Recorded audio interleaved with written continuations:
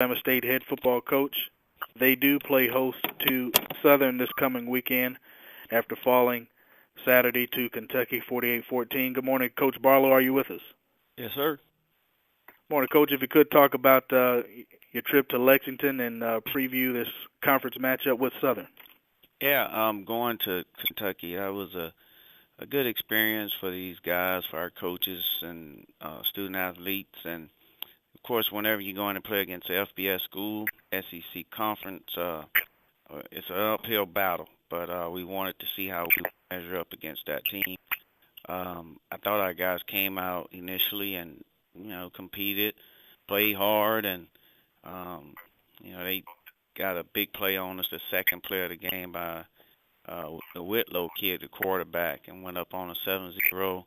We got the ball. Our guys fought. We went down and scored on them. So at that point, you're thinking, wow, this is going to be a really good game. But just a little bit too much for us. You can see why they are FBS and why they are in the SEC. I thought some of our kids did win some one-on-one battles throughout the game, but overall they were, just a bit too much for us. We did hurt ourselves by, penalties and that type of stuff, but we'll get that corrected this week. We got Southern coming here to Alabama State, and they are a really good team. I've always had great respect for that program and how they do things there, and the caliber athletes that they get. Their quarterback Joseph is, complete at almost 65% of his passes. Lee Doss is just the truth. He's an outstanding player, very explosive. They're scoring. They can score with anybody, and that's going to be a challenge for us to try to contain those guys. They're doing a good job over there, and it's going to be another really, really tough game for us. But we're going to try to get prepared for it and try to take our cut, see what we can do with them. All right, thank you very much, Coach Barlow. The floor is open for Alabama State head football coach Reggie Barlow. Coach, does the penalties bother you at all, 97 being the most in the conference? Yeah, it bothers me. I'm actually I'm printing up these papers now. I'm about to put them all over the complex about no penalties. Maybe, sometimes you got to make phylacteries. You got to put stuff and let them see it and overemphasize it. We've been doing that, but for some reason our guys are not playing as smart as we would like them to. And, when you're playing against really good teams, you're not going to have an opportunity to win. So we just got to overemphasize it some more and hopefully get better at it. The pass rush, Coach, y'all got 4 guys with 5 sacks or more. The height, y'all 41 sacks as a team, by far and away the most in the SWAC. How do y'all generate so much pressure, and what is the luxury of having, so many guys like that can get after the pass? Yeah, well, Coach Ramsey has an aggressive, combative scheme that we employ here, our defensive coordinator, Kevin Ramsey. So he does a good job of putting guys in position to make plays. I mean, we are aggressive. We bring backers off the edge. We bring them, double A blitzes. There's some things that we do, and then our D tackles and D ends. They've created, some opportunities by winning one-on-one matchups. So Mosley, Carlton, Jones, coming off the edge. Those guys are pretty, athletic, got pretty good size. And they can rush the passer. So it's always a good thing when you can get to the quarterback and be disruptive. Coach Barlow, how important is that going to be when you got a passer like Joseph and a receiver like Doss out there? How important is the pass is going to be, especially with a younger secondary? Well, we got to get the pass rush there. It's going to be very important. And sometimes, you got to be real calculated in what you do because you don't want to cover this lead kid, the receiver. You don't want to put your guys on one-on-one matchups because, that guy probably win them most of the time. So, and bringing pressure, sometimes it forces you to play man-to-man, but we're hoping that we can just not bring as much pressure and just win with our one-on-one battles with our end guys and our D tackle guys, and not a lot of quarterback to stand back there and have a lot of time, because if you do that, Joseph, he will make you pay. He's done it to us before, and he's a really good quarterback. Coach, can you talk about the luxury of having two guys like Cyrus and Crowell in the backfield? You know, they complement each other pretty seemingly well, and then also the offensive line is able to generate those holes for those two backs.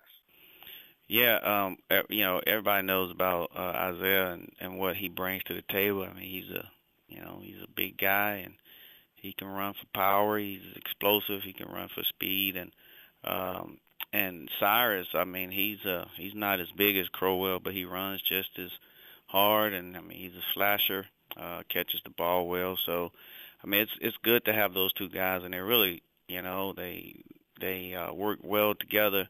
They read each other's body language, and most of the time we don't have to say, hey, go get Crowell, or Crowell go get Cyrus. I mean, they work well together in reading body language and knowing, okay, Crowell needs a break, so I'll go in. But so it's a good thing. Coach Keiss does a good job of using both of those guys well. What do you ask out of your quarterback, Daniel Duhart? Two very effective backs. He's very efficient in getting the ball out. Just what do you ask of Daniel? Is he more of a game manager? Or you think you can rely on him to win games, or how do you see his role in the team? Well, it's just managing the game and making sure he gets us in right running plays when the box is stacked and all that stuff. And he's done a good job of that. He's just a sophomore here, and he passes the ball really well in the passing game when we ask him to throw. And just sometimes you have to get guys lined up. The running backs, whether we're in the pistol set or offset with the back. So he's done a good job of managing the game for us. I think the sky's the limit with him. He'll continue to get better. This is his first full year starting. He's grown a lot. He's played, wide banged up and all that stuff. So he'll continue to get better for us, and, he's our quarterback. He's doing a good job. Hi, Coach. Rosin Law with the Clarion Ledger. I wanted to ask you, what does it feel like going into this game, knowing that you kind of still are in the contention for the East? Is there any pressure knowing that you need to rely on Jackson State to lose both its games for you guys to stay in contention for a SWAC title? Yeah, I mean, of course, you'd love to have an opportunity to play for the SWAC, but, I mean, at this point, it kind of is what it is. Jackson is a really good team, and they're playing, lights out and haven't had a conference loss. So we had our chance against them, and, we didn't take advantage of it. We talked about it when we played them, like, when this is over with, you don't want to have to look and say, well, we need this team to lose and this team to win. And so, it's really, something that we don't talk about at this point. It's about, for us, having an opportunity to win 7 games in a row in our conference. So we if anything, it's that pressure of, saying, hey, we want to win 7 in a row in the conference. And and that whole Jackson State thing, it'll, have to take care of itself, Thank you. Coach, good morning to you. Ty Miller from Sheridan Broadcasting. Could you give me a quick answer on how do you manage the stress of coaching and of the game? I mean, it's tough. I mean, obviously you got a lot of responsibilities, and you got the kids' well-being, and I mean, people want you to win, and they think you should win every game, and they think every play should be successful, and I mean, so obviously there's pressure of it, and but I think you just have to keep it in perspective. I mean, you have to take some time away from it. You have to relax. I mean, game day is very stressful, and making sure you're having a plan and stuff could be very stressful. But for me, I try to relax a little more. I try not to be as demanding. I mean, you could get your job done by, hey, you don't have to be here till 12 o'clock at night. You don't have to come in here at 5 a.m. in the morning. I mean, that works for some people, but, I just, my approach is a little different. I mean, our coaches is, you leave when your work is done, and you have the answers to the questions when we ask them, but we don't, we're not going to say, hey, you got to be in here by 5 and you can't leave until 10, 11 o'clock. So, and we go fishing. We, we come in some days and we go golfing. I mean, so it's just there's enough pressure by outside forces and stuff, so we just try to, do things a little different.